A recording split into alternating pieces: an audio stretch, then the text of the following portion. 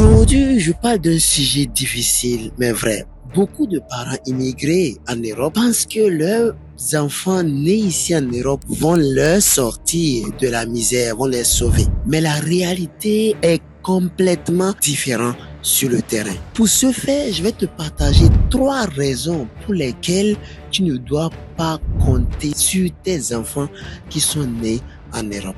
Il n'y a pas que ces enfants-là qui sont nés en Europe, mais plutôt même ceux-là qui sont nés en Afrique, parce que beaucoup de parents en Afrique, ils mettent des enfants au monde qui n'ont même pas pris le temps de bien les élever, qui n'ont même pas pris le temps d'investir sur eux, mais comptent sur ces enfants-là dans le futur. Donc pour cette raison, reste bien évidemment jusqu'à la fin de cette vidéo. Je vais te partager 3 raisons pour lesquelles il ne faut jamais compter sur tes enfants en Europe. Et à la fin, je t'ai préparé un autre bonus. Je te promets que ça va t'aider pour ton avenir. Sans plus tarder, on va aller droit au but.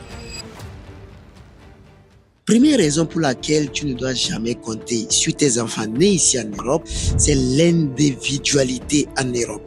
C'est-à-dire, en Europe, c'est chacun pour soi. La culture européenne est individualiste. Par exemple, en Allemagne, tu mets un enfant au monde, après ses 18 ans, l'enfant commence par vivre à sa manière. Par rapport à mes expériences, ce que j'ai vu est que l'enfant quitte la maison très tôt, chacun paye ses factures et chacun vit sa vie de son côté. L'enfant ne va même pas chez ses parents. D'habitude, je vois des parents qui sont vieux et leur enfant ne peut même pas prendre en charge. Ne sont même pas capables de venir prendre en charge leurs parents. Je ne parle même pas ici d'abord de façon financière, hein. Je parle de façon affective. Pour ce faire, faites beaucoup attention. Ne comptez jamais sur les enfants mis au monde ici. Deuxième raison, tes enfants auront leur propre charge. Peu importe les circonstances, peu importe les situations, que ce soit les loyers qui sont élevés, que ce soit les impôts que tu dois payer, que ce soit les factures, tes enfants auront leur propre charge. Quand ils auront aussi un enfant à leur tour, ils auront leur charge. Et d'ailleurs, si toi, tu as vécu ta vie, tu n'as pas pu laisser quelque chose à ton enfant, tu n'as pas pu faire grand chose de ta vie, tu ne dois pas compter sur ton enfant pour que ton enfant puisse faire plus que toi. Oui, l'élève a dépassé le maître. Mais dans ce contexte, si tu ne construis pas une base solide, je t'assure que tes enfants seront aussi pauvres que toi. C'est la raison pour laquelle, soit tu construis quelque chose de solide pour eux, pour qu'eux ils puissent continuer, soit ils vont venir, ils seront aussi pauvres que toi. Donc c'est aussi simple que ça. Et la troisième raison, et surtout la dernière, est que quand tu comptes sur tes enfants, tu ne peux pas construire ta propre vie. Un homme mature doit construire sa vie pour lui-même et construire la vie de ses enfants. Quand tu comptes sur tes enfants, tu ne peux pas épargner, tu ne peux pas investir et tu ne peux pas construire non plus un business. Et pour ça, je vais te dire quelque chose qui va peut-être te choquer. Si tu ne construis pas ta vie, personne ne viendra t'aider. Je te dis ça haut et fort. La dernière fois, j'étais parti au supermarché. C'est un scénario qui m'a beaucoup choqué. J'étais parti la dernière fois au supermarché et j'ai vu, c'était un vieux qui est venu là-bas. Il a volé quelques trucs, il a mis ça dans sa poche. On l'a attrapé, ils ont appelé les sécurités et les sécurités à leur tour, ils ont appelé les policiers. Les policiers étaient là. Qu'est-ce qu'ils ont dit? Ils ont demandé pourquoi est-ce qu'il a volé. Il a dit, c'est parce que il n'a pas assez d'argent. L'argent de retraite, sa pension de retraite qu'on lui donne ne le suffit pas. Donc c'est pourquoi, par moment, il vole. Je me suis dit, mais comment ça? Donc, ça veut dire que c'est parce qu'il comptait sur sa pension de retraite, c'est pourquoi il n'a pas pu faire quelque chose pour sa vie. Deuxième scénario, j'ai vu un vieux dans une grosse voiture, les voitures qu'on appelle la Porsche, la voiture allemande là, que vous connaissez, c'est cher, très cher. J'ai vu ce vieux-là dans cette voiture. Il ne pouvait même pas bien conduire cette voiture-là. Pourquoi? Parce qu'il n'a pas la force mentale, la capacité mentale pour pouvoir conduire cette voiture comme un jeune. Donc c'est pourquoi n'attendez pas votre vieillesse avant de profiter de votre vie. N'attendez pas d'être vieux avant d'être riche. N'attendez pas d'être vieux avant d'avoir une grosse voiture. Parce que c'est une perte totale.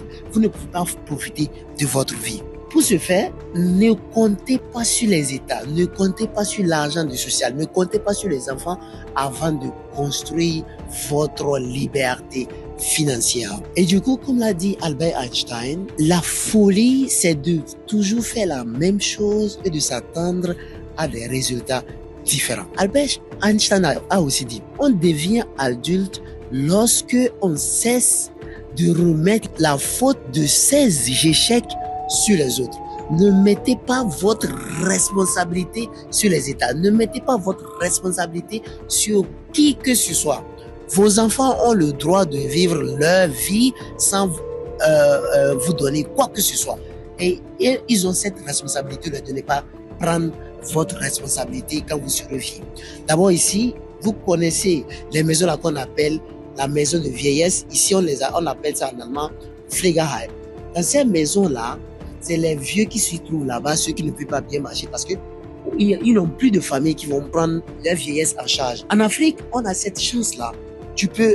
On peut t'aider, il y a la famille à côté, il y a les tantes à côté, il y a les frères à côté, les voisins à côté, tout le monde peut t'aider. Ici, ton propre enfant, quand tu es vieux, il n'est pas présent pour toi. Donc, retenez bien ceci. Vous devriez prendre votre propre responsabilité. Vous devriez avoir une vision et être discipliné. C'est ça qui va vous aider. Voilà, je vous ai partagé ces 3 raisons-là. Pour conclusion, tes enfants ne sont pas ta retraite, mais elles sont plutôt ton héritage. Et ce que tu dois faire, tu dois investir, tu dois économiser, tu dois épargner, préparer ton avenir et même voir construire un business qui va t'aider à ta retraite, qui va aussi aider tes enfants à leur tour. Et pour finir, le bonus que je vous avais préparé est que, bien sûr, un enfant peut aider ses parents.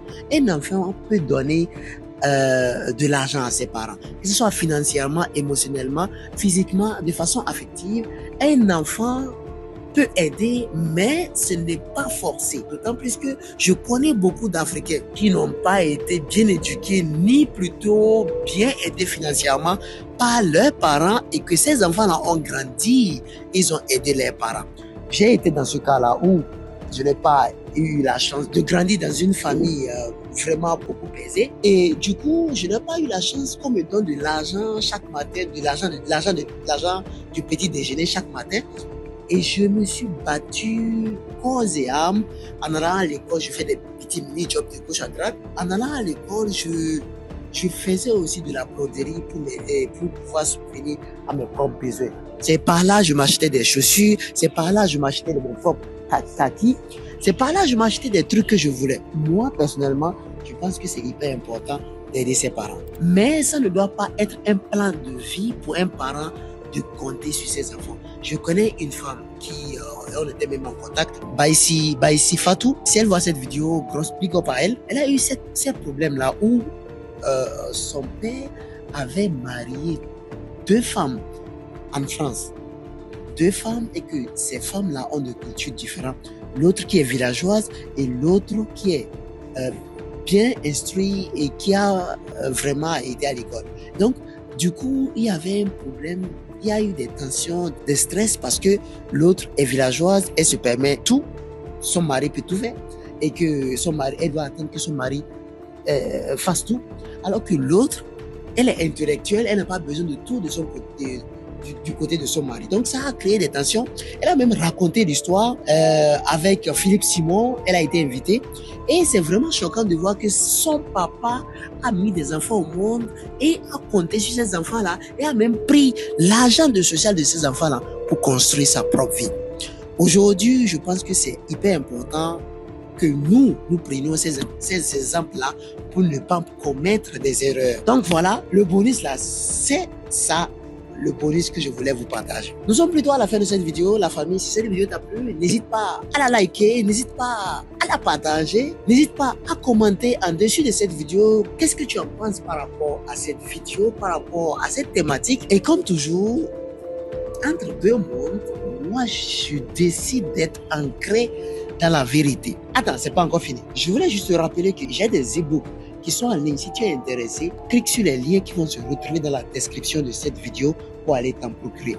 Surtout celui-là qui est intitulé Immigrer en conscience. Dans ce livre, ou disons plutôt dans ce e-book, parce qu'il y a la version Kindle, il y a la version aussi électronique, il y a aussi la version brochée sur Amazon.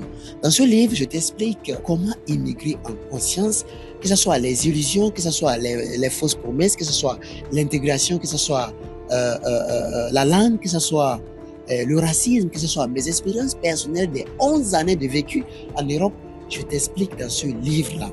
Si tu es intéressé, n'hésite pas à cliquer sur les liens qui vont se retrouver dans la description de cette vidéo pour aller t'en procurer.